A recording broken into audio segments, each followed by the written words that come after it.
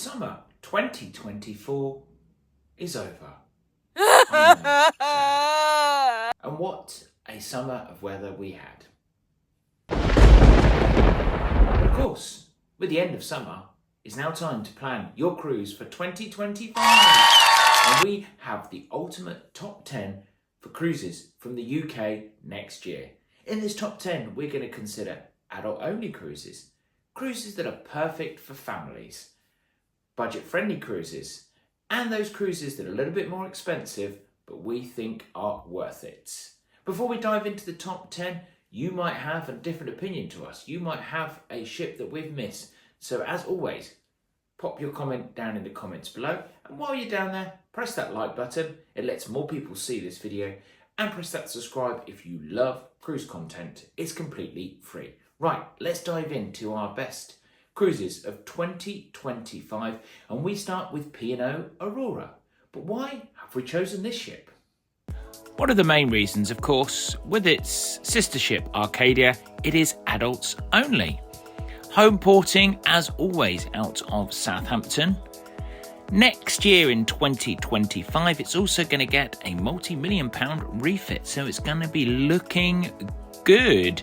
Some of the itineraries, 12-day cruises, 15-day cruises, and up to 30-day cruises. The 30-day cruise across to America has 2 nights in New York.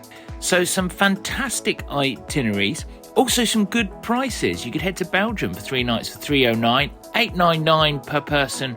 As we head up to the longer cruises, only $1,300 for a 16-night cruise to Norway and Iceland. And of course, it does the world cruises as well. Consider Aurora.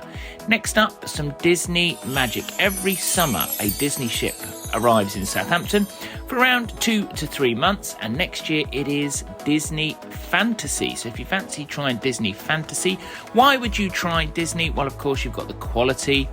You've got the Disney magic, you've got the Disney shows, the fantastic offerings of food, and it's a great way of trying Disney without heading over to America. What type of itineraries do they have? They have quite a few of the 3, 4 and 5 night itineraries. For 2 guests, $1,800 is a pretty good price for Disney, and up to the 4-night cruises you're still looking $2,000. Now of course, compared to other cruise lines, this is rather high, but for Disney this is not too bad. An 8-night cruise is $6,000 at this moment, and that's for your full cabin. For 4 guests, obviously it's an increase in price. For a 5-night cruise, you are talking just under $5,000. But of course, you do get the quality with the food, the shows, the Disney magic. So consider Disney Fantasy next year out of Southampton. For something completely different, Virgin. One of the main reasons that you want to try Virgin is they do everything different. They don't have an MDR. They have different types of entertainment. It just really is like no other cruise line. They don't even have a buffet. They serve the food to you in their galley. Prices, you are looking for a 10-night on Scarlet Lady. Scarlet Lady will be out of Portsmouth next year. $5,200 for the whole cabin. And from Iceland back down to Portsmouth, you're looking at $4,000. Also, a trip around the UK, you're looking around $5,000. Some good prices there. And of course, it is adults only, the big one.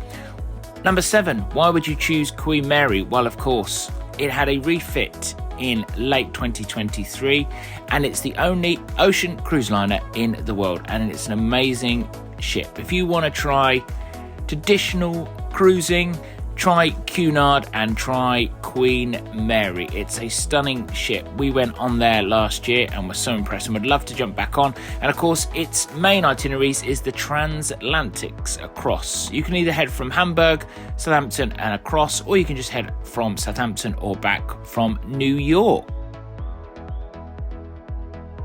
How about trying Carnival? Carnival Miracle will be here next year. That'll be home porting in Dover for around 3 months. Reasons to cruise on Miracle. First of all, it'll be getting a refit in 2025. We had the pleasure of heading on Carnival Legend, sister ship this year when it was home porting out of Dover, and it'll be getting the exact same refit, and it was looking really good. It's got some really funky rooms. It's very different. It's got your water parks. It's just a fun ship. So if you fancy trying Carnival, then try it out of Dover next year. Prices are okay. Per person, you're talking around about £1,500 for a 12-day trip. Obviously, it goes down to around £1,000 if there is the 4 of you. The trips are mainly Northern Europe, and for our American friends that are watching, there's plenty of around the UK. Next up is Virtuosa. As always, home porting out of Southampton. Been home porting for around 3 or 4 years now. The reason you want to cruise on MSC and Virtuosa, it's a really exciting ship. It's a bit of a party ship. Lots to do. You've got the high ropes, you've got the flumes, you've got the F1, you've got the bowling. So really I'd recommend this, especially if you have teens.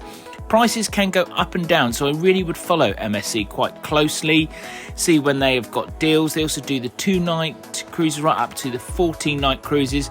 Big thing for me though is make sure you have your drinks included, because drinks can be quite expensive, so you get a much better deal if you get your drinks included beforehand. Also, if you have kids or you're just fun at heart, make sure you buy that fun pass beforehand, because it is half price if you're buying it beforehand. I do love MSC ships, and we do love Virtuosa, so take a look for that for next year of summer 2025. Number 4, it's another Cunard ship.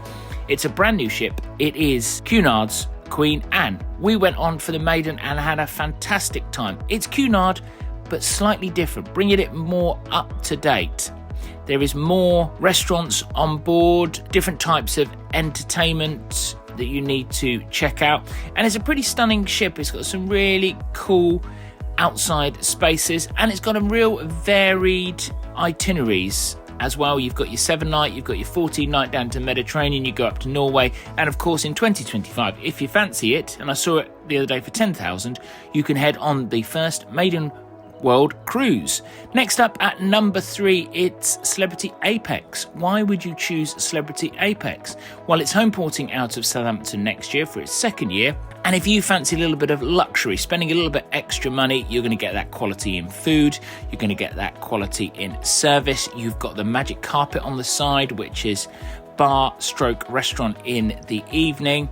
All that travel on Celebrity in general really love it, and it's a really cool ship. I just think it looks really funky on board, especially those top decks. Maybe not for kids. They do have a kids club, but it's quite limited for your entertainment and facilities on board for kids. As you can see, the prices, it's not cheap. Looking at around 1,600 for around 8-night, 14 nights, you're heading over 2,000 per person. But is it worth it? I'll let you decide. If you want a more cheaper option, if you want to see what cruising was like for P&O in recent years, then head over to Ambassador. Ambassador has 2 ships.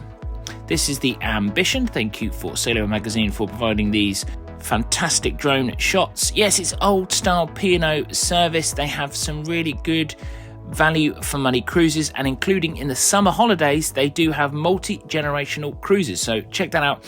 If a full family, including the kids, want to head on to Ambassador, but they really do start with some great prices to start with. If you're talking 4 or 5 days, you're talking under £500.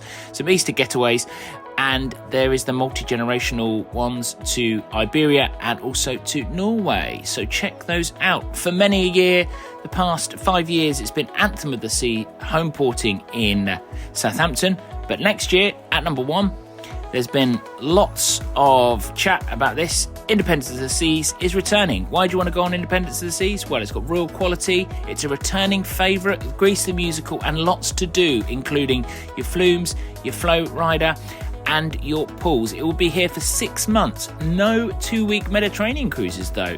The most you're going to get is a 9-night. It starts at 2 nights. Of course, Royal is not the cheapest, as you can see the prices here, but I would probably say you do get your value for money on Royal. But those are all the prices, and that will be over in Southampton in 2025. I would always advise to get the drinks package on Royal Caribbean. What ships are you cruising on next year? Please let us know in the comments below, and tap on the screen right now if you'd like a full guide to Southampton Port.